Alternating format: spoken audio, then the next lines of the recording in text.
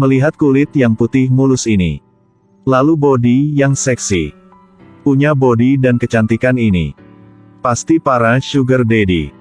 Tidak usah diundang juga datang. Paman ini setelah ke kamar dia untuk berantem. Dia perlahan melihat uang satu persatu jatuh ke tempat tidur. Melihat wajah tanpa emosi dia. Bisa tahu, sudah terbiasa bagi dia. Karena dia di bidang ini sudah 3 tahun. Nama gadis ini Ryo Ozawa. Jangan melihat dia seperti itu. Tapi sebenarnya dia baru SMA, 17 tahun. Hari itu dia melihat teman dibully. Dia ingin selamatkan teman. Teman berpikir dia ada niat baik. Tidak, semua itu karena diatur sama dia. Tujuan adalah ajak teman ke jalan yang buruk. Pertama pura-pura baik menjadi teman gadis itu. Ajak teman berjalan dan mencoba yang teman tidak pernah tahu. Lalu ajak dia ke toko barang berharga untuk shopping. Dengan baik hati beri hadiah padanya. Gadis ini adalah siswa dari keluarga miskin. Bagaimana bisa menahan diri? Melihat grup Ryo habisin uang seperti itu dia sangat mengagumi. Mendengar mereka mengatakan punya job samping berhasilkan banyak uang, dia juga penasaran.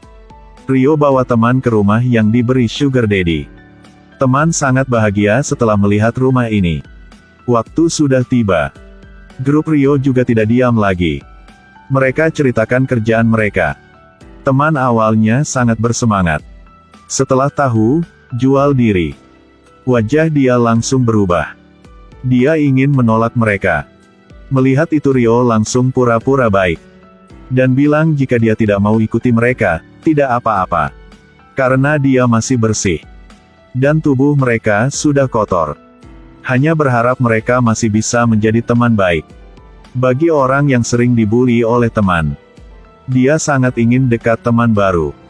Biar dia tidak disiksa lagi, tidak punya teman buat main bersama.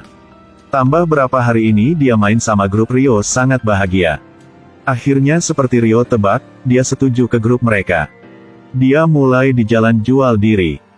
Dan seperti itu grup nakal telah jadi. Di sekolah mereka seperti siswa lain, mudah dan cantik. Keluar mereka kerja di klub, bar.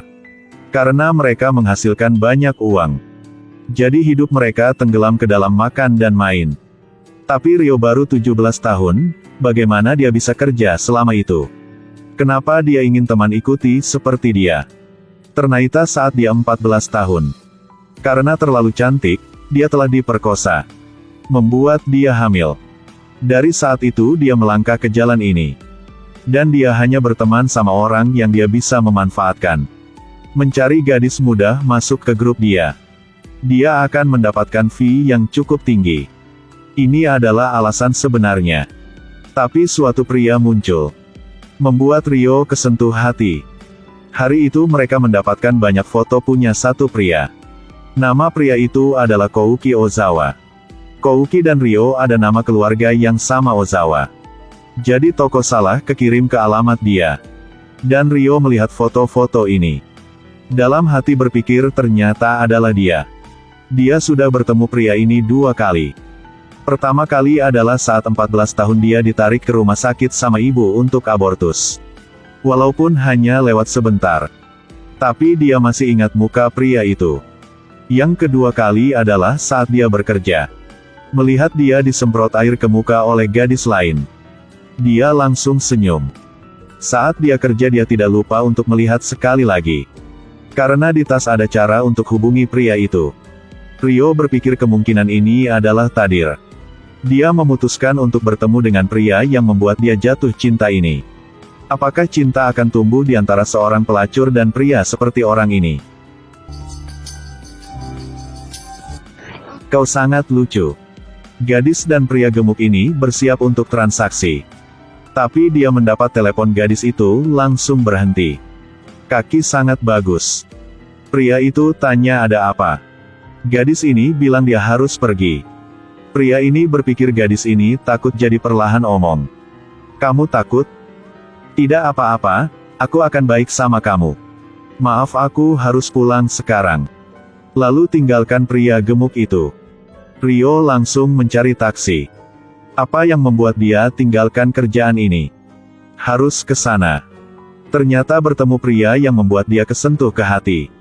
Dari waktu mereka bertemu Kouki pingsan di depan dia. Setelah dibawa ke rumah sakit, Ryo berpikir mereka tidak akan bertemu lagi. Tidak menyangka Kouki kontak dia. Walaupun hanya ingin terima kasih padanya.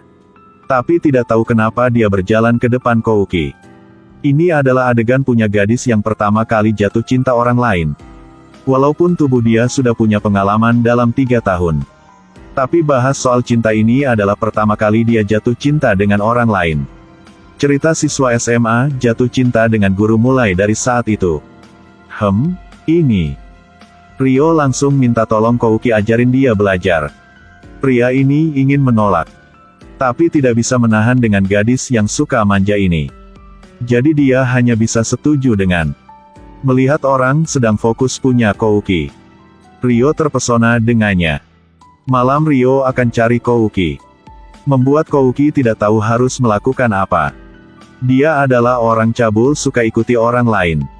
Tapi dia tidak peduli. Dengan bangga mengatakan, "Kau melihat ada orang cabul yang lucu seperti aku?" Orang di jalan langsung melihat dia. Kedua makan bersama.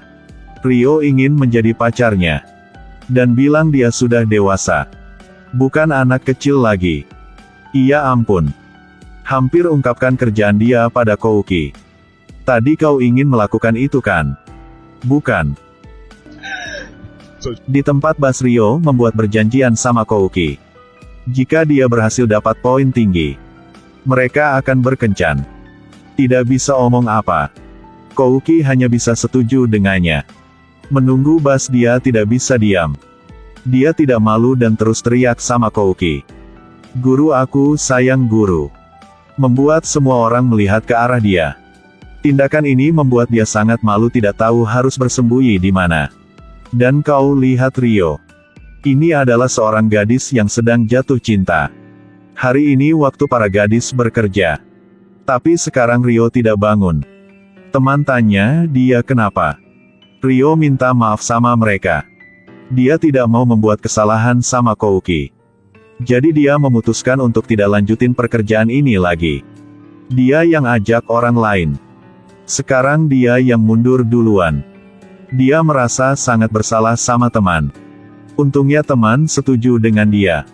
Biar bisa berkencan Ryo fokus belajar.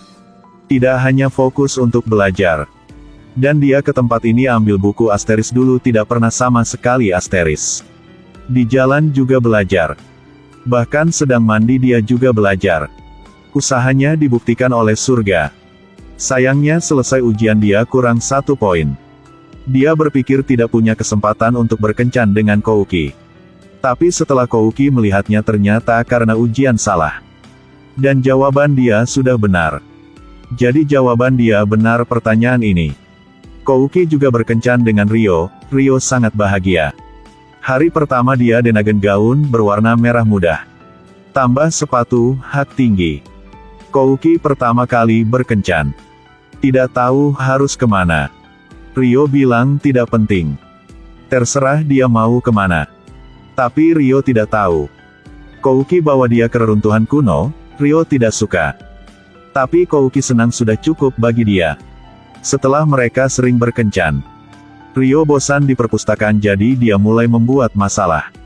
Guru suka aku tidak? Suka aku gak?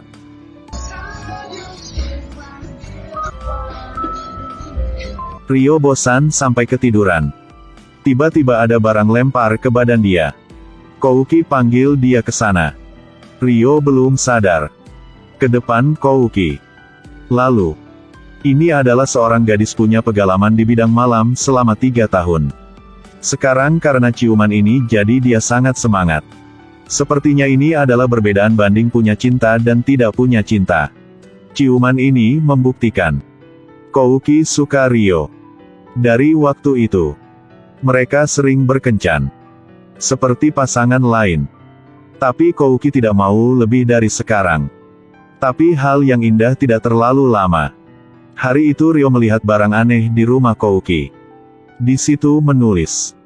Tapi bukan seperti buku harian. Dia tanya Kouki tapi Kouki tidak mau jawab. Hei. Aku ke sana ya. Tidak. Ih. Hari itu Kouki ganti nomor menjadi 9. Angka yang dia tidak mau kasih tahu Ryo, apa artinya? Di kelas Kouki sedang fokus ajarin para siswa. Tiba-tiba dia berhenti. Karena dia lupa. Dia sedang omong apa. Untungnya dia buka buku dan ingat lagi. Jika bukan guru, tiba-tiba lupa pasti sangat malu. Ternyata 3 tahun lalu Kouki dapat kabar dia sakit kanker. Kemampuan medis zaman itu belum bisa bantu. Dokter kasih tahu dia hanya bisa hidup 3 tahun lagi. Jadi angka di rumah itu adalah tanggal tiap hari. Ini adalah waktu sisa punya dia. Melihat Ryo sangat lucu dan cantik di samping. Kouki tidak bisa menahan dan peluk Ryo dari belakang. Dia tahu waktu tidak banyak lagi. Walaupun dalam hati tidak mau. Tapi dia tidak mau kasih tahu Ryo soal ini. Dia ada keputusan sendiri. Besok dia berubah sifat hadap Ryo. Tidak izinkan Ryo masuk ke dalam rumah. Ryo berpikir dia membuat kesalahan apa. Dia berdiri di depan gerbang dan minta maaf. Dan saat ini penyakit Kouki kambuh lagi. Walaupun sakit dia tidak mau omong. Ketika Ryo masuk ke dalam tempat tinggal Kouki, ternyata dia sudah pindah. Kouki pergi tidak omong apa. Membuat Ryo hancur. Untungnya sahabat bantu dia untuk temukan Kouki. Kali ini, Ryo cerita semua untuk Kouki. Termasuk soal dia menjadi cewek malam. Dia bilang padanya dia sudah berubah. Ungkapkan isi hati. Tapi Kouki tidak mau menahan dia. Dia berpikir Titka perlu tanya alasan karena Kouki tidak omong apa. Karena itu dia memutuskan untuk pergi.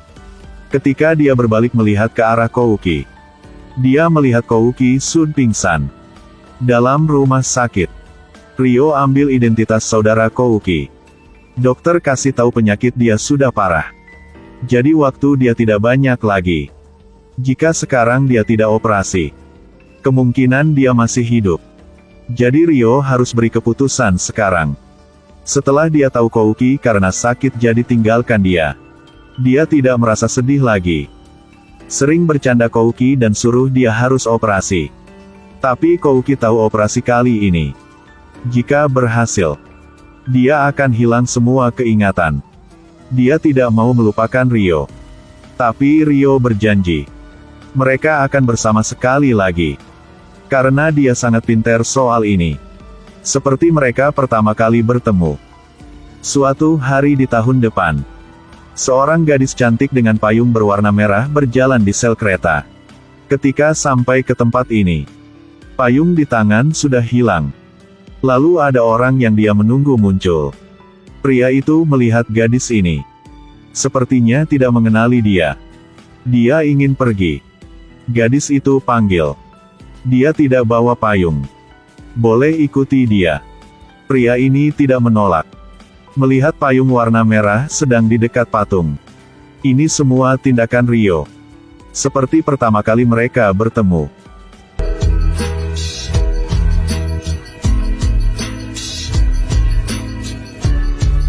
Setelah sampai ke tempat, Ryo berterima kasih dengannya.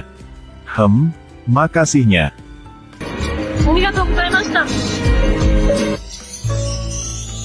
Melihat pria itu pergi, Ryo berjalan dalam hujan. Sekarang air hujan dengan air mata campur di muka dia. Tapi tiba-tiba di atas kepala dia tidak hujan lagi. Ryo berbalik dan melihat Kouki, guru yang hilang keingatan. Sepertinya kali ini baru bertemu dia sudah jatuh cinta lagi.